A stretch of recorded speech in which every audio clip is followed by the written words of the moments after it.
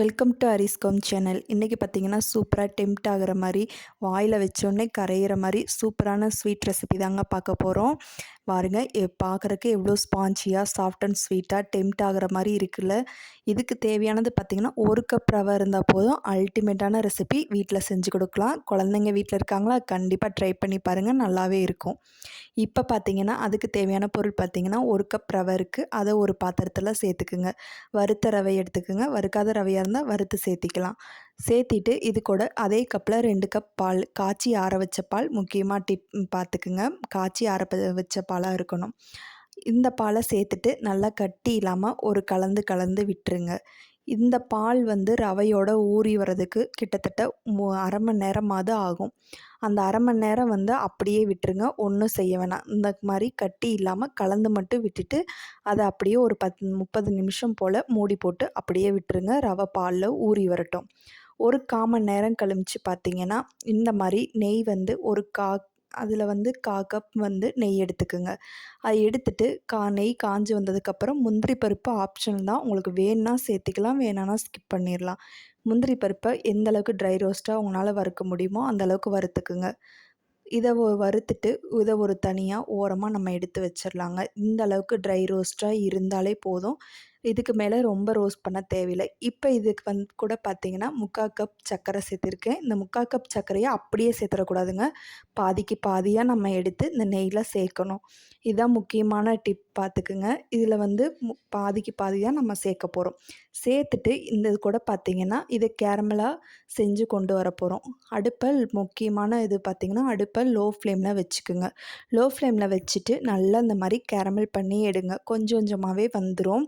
உங்களுக்கு நல்லாவே தெரியும் பாருங்கள், இருந்ததுக்கும் இப்போ இருக்கிறதுக்கும் டிஃப்ரெண்ட் கொஞ்சம் கொஞ்சமாகவே தெரிய ஆரம்பிக்கும். இது ஒரு 10 நிமிஷம் தாங்க ஆகும் இந்த கேரமல் செய்கிறதுக்கு. ரொம்பலாம் டைம் எடுக்காது.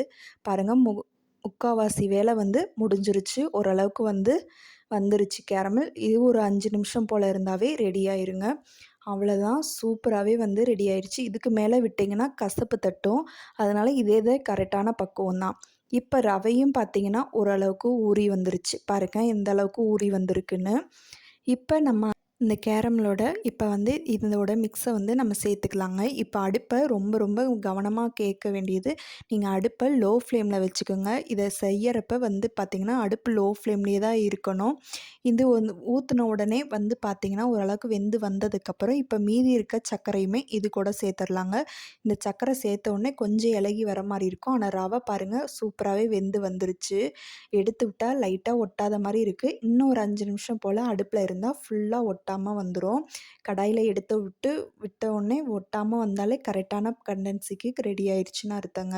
இப்போ தேவைக்கேற்ப நம்ம முந்திரிகளை, வறுத்து வச்ச முந்திரிகளை இது கூட சேர்த்துட்டு ஒரு 5 நிமிஷம் போல் இப்படி எடுத்து விடுங்க. இப்படி எடுத்து விட்டோடனே கடாயில் ஒட்டலையாங்க, கண்டிப்பாக ட்ரை பண்ணி பாருங்கள். டேஸ்ட்டு சொல்லவே வேணாம், சூப்பராக இருக்கும். அவ்வளோதாங்க, சூப்பராக ரெடி ஆயிடுச்சு. பாருங்கள் எந்த அளவுக்கு கடாயில் ஒட்டாமல் இருக்குன்னு பாருங்கள். அவ்வளோதாங்க. இதை அப்படியே பார்த்திங்கன்னா அடுப்பை ஆஃப் பண்ணிடலாம்.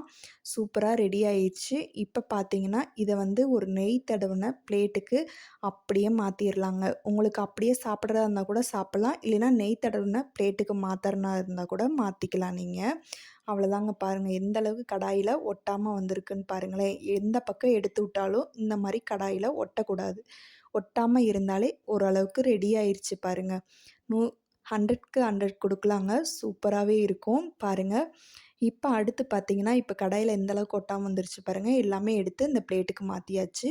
இப்போ ஸ்பூனில் இந்த மாதிரி டேப் பண்ணிக்கோங்க. டேப் பண்ணிவிட்டு நல்லா டேப் பண்ணி விட்டுருங்க. இந்த மாதிரி தட்டி விட்டதுக்கப்புறம் ஃபேன் காற்றுல ஒரு 5லேருந்து 10 நிமிஷம் அப்படியே விட்டுறலாம். நீங்கள் அப்படியே சாப்பிட்னா கூட சாப்பிட்லாம். ஆனால் குழந்தைங்களுக்கு இன்னுமே அவங்களுக்கு ரொம்ப பிடிக்கிற மாதிரி பீஸ் போட்டு கொடுத்தீங்கன்னா விரும்பி சாப்பிடுவாங்க. குழந்தைங்கள மட்டும் இல்லைங்க, நம்மளே விரும்பி சாப்பிடுவோம். பீஸ் போட்டு பாருங்கள், சாப்பிட்றப்ப அல்வா மாதிரியே இருக்கும். அல்வா என்னங்க, ரவையில் இப்படி ஒரு அல்வா செய்ய முடியுமான்ற அளவுக்கு இருக்கும். அந்தளவுக்கு டேஸ்ட்டு அடிப்பொலியாக இருக்கும்.